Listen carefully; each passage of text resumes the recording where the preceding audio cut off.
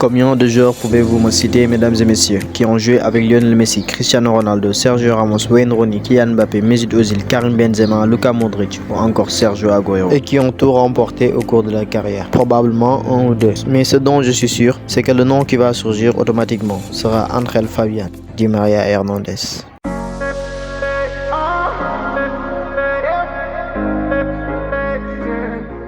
Bienvenue pour ce 15e numéro de Parcours Foot. 15 pour une quarantaine de vidéos longues. Cela prend bien une place assez importante. Déjà inscrit sur la shortlist avant que Compte de Foot ne me marche sur la langue, il était temps de parler d'une immense carrière, d'un joueur qui transmet plus que des émotions mais nous rend encore plus amoureux du ballon rond à chaque foulée sur le gazon. Ángel Di María a inscrit son nom au panthéon du football, sans forcément être considéré à l'unanimité comme une légende. Il est l'homme des grands rendez-vous, le joueur qui te fait gagner une finale, qui surgit dans l'ombre, envoie une bombe à saut, alors que le commentateur a rarement prononcé son nom dans la rencontre. Le meilleur coéquipier de la Pulga en sélection sûrement, celui avec qui Neymar adore jouer, que Mbappé voit comme sous-coté, magicien, un footballeur généreux, altruiste, humble, infatigable, qui n'a jamais perdu la passion. On va parler aujourd'hui de El Fideo. On ne présente plus ce quartier célèbre qui est Rosario. C'est là qu'Ángel Di María a vu le jour en 1988 dans une famille très modeste. Enfant hyperactif, Di María est orienté au football après que les médecins conseillèrent à son père de l'inscrire en sport. Foulant pieds nus les terrains de son club de quartier El Torito, le club de la ville de Rosario Central le repère et lui offre une opportunité inestimable. Pour des débuts poussifs, Ángel va continuer dans le centre de formation qu'il a rejoint en 2005 jusqu'en hiver 2007. À ce moment-là, le Rubin Kazan, club basé en Russie, le courtise mais l'Argentin va faire marche arrière et décider de rester au pays. Après une très belle Coupe du Monde U20 dont on parlera plus tard, Di María attire l'attention de multiples clubs et va signer au Sporting Lisbonne Benfica 3 millions d'euros. Une première expérience en Europe qui le porte comme le remplaçant parfait du capitaine Pedro Fonseca, Simao. Avec son immense talent, signé dans un club doublement champion d'Europe ne pose pas de problème. Ángel est un joueur vif, à l'aise balle au pied avec une technique hors pair et une finition chirurgicale, pouvant évoluer en numéro 10 ou le plus souvent en ailier gauche ou milieu relayeur. Le néophyte va séduire le public de l'Estadio da Luz et plus que s'affirmer en marquant un triplé en février 2010 aux sorties des Jeux Olympiques. Une saison qui le verra exploser aussi bien sur le terrain que sur le marché. 10 buts et 19 passes décisives, doublant largement ses stats de l'exercice précédent et faisant remporter le club lisboa la Super Ligue portugaise après 5 années de disette aux côtés de l'iconique Pablo Aimar et d'Oscar Cardozo. Ángel est élu meilleur joueur du championnat et désormais est connu du grand public après sa merveilleuse campagne en Europa League. Compétition qui vient d'acquérir ce nom au détriment de la Coupe UEFA. Il marque au 16e de finale face au Hertha Berlin et signe une performance fabuleuse contre l'Olympique de Marseille de Hatem Ben Arfa. Le club de la capitale espagnole n'a pas pu résister et va débourser 30 millions d'euros bonus compris, alors que Di María était en Afrique du Sud pour la Coupe du Monde. Il ouvre déjà son compteur en pré-saison avec le Real Madrid et étale déjà sa marque de fabrique en récidivant un exploit individuel pour marquer son deuxième but avec le club merengue. Une frappe enroulée pour planter son premier but en Liga, but à la 81e contre l'Ajax en Ligue des Champions. 10 jours plus tard. Il est indispensable dans le 4-2-3-1 de José Mourinho avec Özil en 10 et lui et Cristiano Ronaldo sur les côtés. Ángel va jouer les 4 classicos et va délivrer une passe décisive en finale de Coupe du Roi. Une autre au match retour de la demi-finale 2011. Higuaín, Benzema, qu'importe les attaquants auxquels l'Argentin est associé, il se régale et fait régaler ses coéquipiers. Meilleur passeur de Liga en automne, tour du chapeau de passe décisive lors du succès 7-1 contre l'Osasuna Pampelune. 2011 à 2012, les blessures l'handicapent, le privant de sa place de titulaire au détriment de Ricardo Kaká. Et Di María profite de quelques éclats au Classico ou encore face au Bayern en provoquant un penalty. Un joueur modèle, discret et généreux, sur et en dehors des pelouses, je l'ai annoncé. C'est Caviar le hisse en meilleur passeur de Liga et de Ligue des Champions. Et Ángel va décrocher la Ligue des Champions, dépanner n'importe où pour être l'un des ouvriers de la décima du club merengue. L'histoire affirme que Florentino Pérez n'a réellement jamais voulu l'arrivée de Di María. C'est José Mourinho qui l'a désiré coûte que coûte. À cela, les arrivées Toni Kroos et James Rodríguez s'ajoutent. Le manque d'estime du président de la Maison Blanche et une atmosphère houleuse poussent l'Argentin qui ne le pensait même pas un jour à quitter le Real Madrid.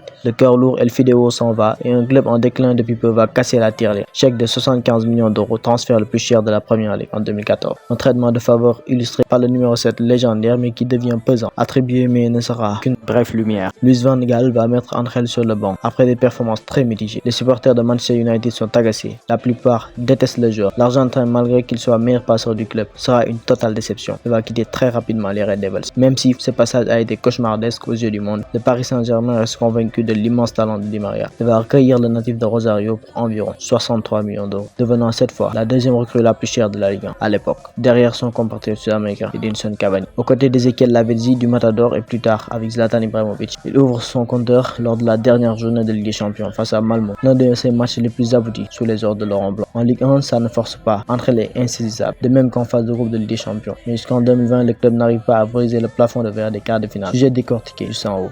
2 fois meilleur passeur du championnat, une très belle entente avec Mbappé, Neymar et Cavani. La fameuse MCN, bien qu'au dehors il était vu comme le 4e pion. Et avant tout ça, il avait déjà séduit le public parisien. 15 buts et 24 passes décisives pour sa première saison en 47 matchs disputés. Du coup du foulard, coup franc, du caviar, de la frappe envolée, la reprise de volée, missile, tout était au rendez-vous. Sa performance contre le Barça au match aller avant la remontada. Son retour revanchard à Old Trafford, délivré 2 passes décisives. Di Maria revient monstrueusement après l'irrégularité, les blessures, les critiques. Loin des scandales, loin des gros débats, loin du trésor tant convoité, loin de la maîtrise de soi et loin de l'influence. El Fideo, 7 ans après, dit au revoir au club de la capitale, lui a donné une chance de renaître, d'élargir sa palette en tant que meilleur passeur de l'histoire du club. Le 21 mai 2022 contre le FC Metz.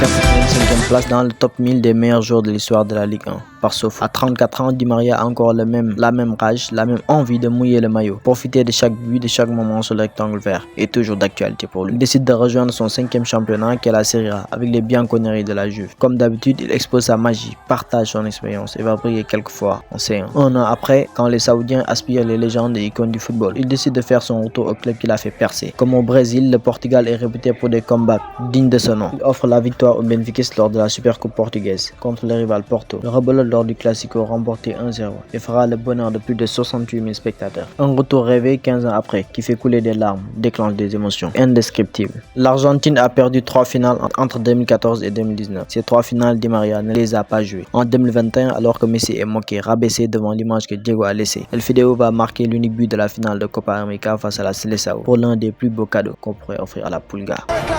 Argentina crowd around Lionel Messi, the world's greatest player, finally has an international Celeste. L'aventure d'Ángel avec l'Albiceleste débute en 2007 pour disputer le championnat de la CONMEBOL au Paraguay avec l'équipe des moins de 20 ans de l'Argentine. Par la suite, il va séduire Benfica en signant une campagne exceptionnelle pour la Coupe du Monde U20 avec 3 buts à la clé, le titre de champion. Sans surprise, Di Maria sera du voyage au JO de Pékin. L'ambiance de folie, le talent retentissant d'une génération dorée. Messi, Agüero, Ángel, etc. Di Maria ne va sûrement pas oublier ce mois de bonheur vécu, mais également le but en prolongation contre les Pays-Bas et surtout le lob en demi contre les Super Eagles du Nigeria. Après la médaille d'or en Chine, il est l'heure de confirmer avec les seniors. Et sous les ordres del Pibe de Oro, Diego Armando Maradona, le prodige sera 4 fois titulaire, participant à la campagne encourageante de l'Albiceleste jusqu'au naufrage en quart de finale, 4-0 contre l'Allemagne. Les blessures vont l'embêter progressivement, notamment durant la Copa América 2011 ainsi que la finale du Mondial 2014. En 2018, Di Maria a très bien mûri. Il n'est plus question pour lui de rater des rencontres importantes pour de stupides complications. Il va sortir le joker du jour de l'ombre qui vient envoyer un golasso. Nous sommes le 30 juin 2018. France contre Argentine, 8e de finale de Coupe du Monde. Di Maria, en revanche, il peut frapper.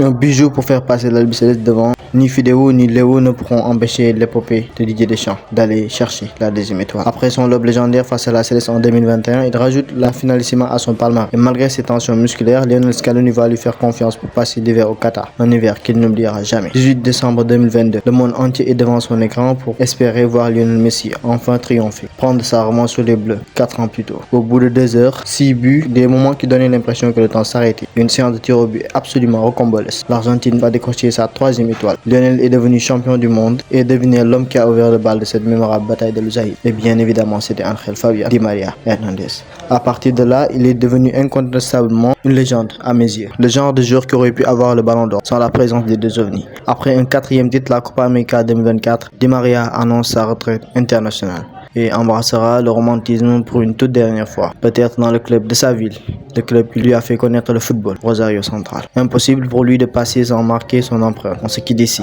Derby de Rosario 0-0, 82e minute. Le football tremble de nouveau pour El Fideo.